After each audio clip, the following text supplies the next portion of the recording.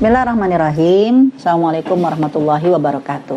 Alhamdulillah, wassalatu ala rasulillah, wala haula wala quwata illa billah. Teman-teman, pernah dengar kan soal mimpi? Bukan maksudnya mimpi tentang cita-cita masa depan kita. Mimpi kita hari ini adalah kenyataan untuk hari esok. Enggak, kita bukan ngomongin itu. Kita ngomongin mimpi beneran yang di dalam tidur. Islam itu agama yang sempurna dan paripurna. Kita sebagai seorang muslimah, sebagai seorang perempuan juga harus tahu soal mimpi. Kenapa? Karena mimpi adalah salah satu dari cara Allah berkomunikasi direct dengan kita. Kok mimpi menjadi salah satu komunikasi Allah direct dengan kita? Iya. Kalau dulu ada Rasul, enak. Allah berkomunikasi lewat Rasul dengan malaikat Jibril. Lalu kita terinformasikan apa maunya Allah. Apakah dengan Rasulullah meninggal berarti Allah meninggalkan kita? Berarti kita tidak dibimbing sama Allah, kita tidak ada komunikasi dengan Allah? Ya enggak lah. Allah akan terus membimbing kita. Allah akan hadir untuk selalu menjaga kita, memberikan arahan kepada kita. Enggak mungkin lewat malaikat. Maka caranya adalah lewat mimpi. Karena mimpi dalam hadis Rasulullah SAW, dalam hadis riwayat Bukhari Muslim, mimpi adalah salah satu dari 46 sisa-sisa tanda kenabian Rasul. Karena Rasulullah SAW ingin terus ada ikatan antara kita dengan Allah, dan itulah lewat mimpi. Jadi mimpi itu adalah cara Allah berkomunikasi dengan kita. Terus gimana cara membedakan antara mimpi kita dari Allah, mimpi kita karena kesemsem, atau mimpi kita dari setan? Ternyata Ibnu Sirin walaupun pernah menulis takwil mimpi, tapi Ibnu Sirin bukan kebablasan akhirnya tidak bisa membedakan antara mimpi memang mimpi dari setan atau mimpi karena kesemsem. Kan kalau teman-teman baca tafsir takwil mimpinya Ibnu Sirin, ngelihat bunga takwilnya ini, ngelihat ikan takwilnya itu. Kok kayak primbon sih? Jangan lupa Ibnu Sirin itu sudah memberikan garis bawah. Buku ini tidak ditujukan untuk siapapun juga. Buku ini hanya ditujukan untuk asdikuhum ahlaman, asdikuhum hadisan. Yang paling jujur mimpinya di antara kalian adalah yang paling jujur lisannya di antara kalian. Jadi mimpi ini hanya ditujukan bagi mereka yang dalam keseharian gak pernah berkata bohong. Jadi Allah itu akan berkomunikasi dengan kita. Allah akan memberikan arahan kepada kita, gak hanya lewat hati, tapi lewat mimpi. Tapi kapankah Allah akan berikan mimpi kepada kita untuk jawaban apa yang kita inginkan?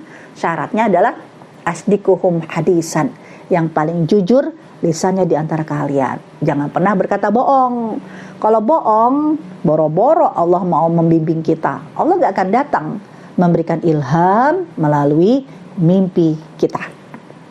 Nah, karena mimpi ini benar-benar dalam hadisnya Rasulullah SAW, kamu harus tahu, bedakan mana mimpi dari Allah, mana mimpi dari setan, mana mimpi yang baik, mana mimpi yang buruk. Ternyata apa kata Rasulullah SAW? Kalau mimpi dari Allah, tandanya satu, kamu suka. Kalau kamu tidak suka, berarti itu dari setan. Saya pernah, Ustazah, saya mimpi dan mimpi saya itu benar. Jadi kalau saya mimpi sesuatu yang akan terjadi, anggaplah sesuatu yang paling kritis sekalipun, kematian seseorang, itu benar. Beberapa bulan kemudian orang itu akan wafat. Nah, mimpi saya itu dari Allah atau dari setan?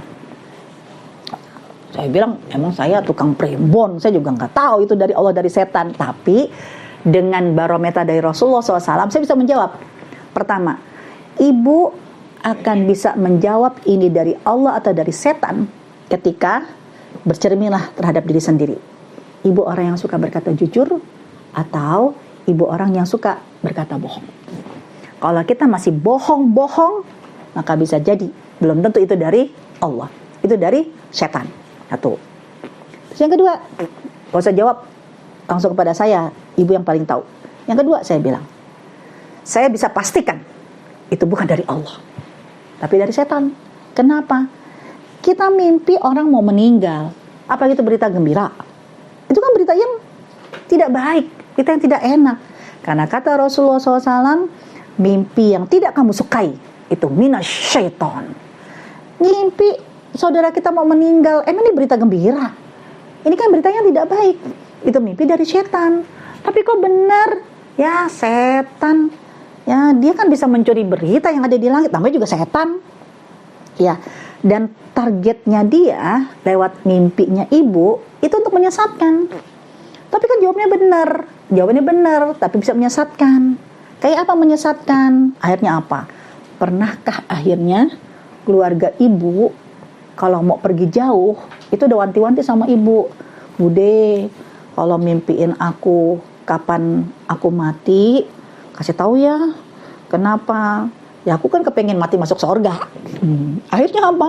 Orang jadinya ya mengandalkan tentang umur, gimana nanti kematiannya dan persiapannya. Itu kan bukan dengan amal solehnya dia, dengan tawakalnya dia, dengan keistiqomahnya dia, tapi nunggu wangsit dari kita.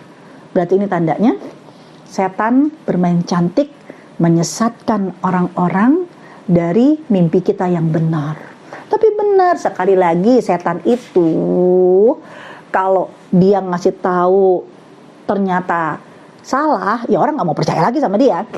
Nah, maka yang pertama bisa jadi dia akan berjuang untuk membocorkan berita yang benar dan dimasukkan lewat mimpi.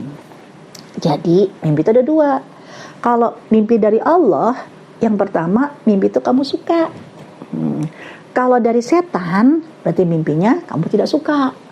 Ya, terus apa kelanjutan adabnya? Ayo, kalau mimpi dari Allah kamu suka kan? Ucapkan alhamdulillah. Boleh diceritakan. Ya, itulah Ibnu Sirin menceritakan. Pengalaman para salafus soleh. Aku kemarin habis mimpi ikan, habis mancing dapat ikan. Ya Allah, alhamdulillah, aku suka banget dapat ikan. Ternyata rezeki, ya Allah berikan aku ya teman yang soleh, aku dikasih rezeki buah-buahan, kunjungan silaturahim. Nah, itu hasil dari salafus soleh ketika habis mimpi ini, pengalaman dia dapat yang baik-baik. Ini boleh.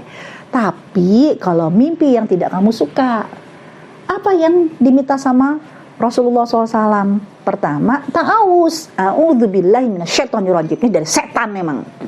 Terus yang kedua, isyarat nggak suka dengan meludah ke sebelah kiri.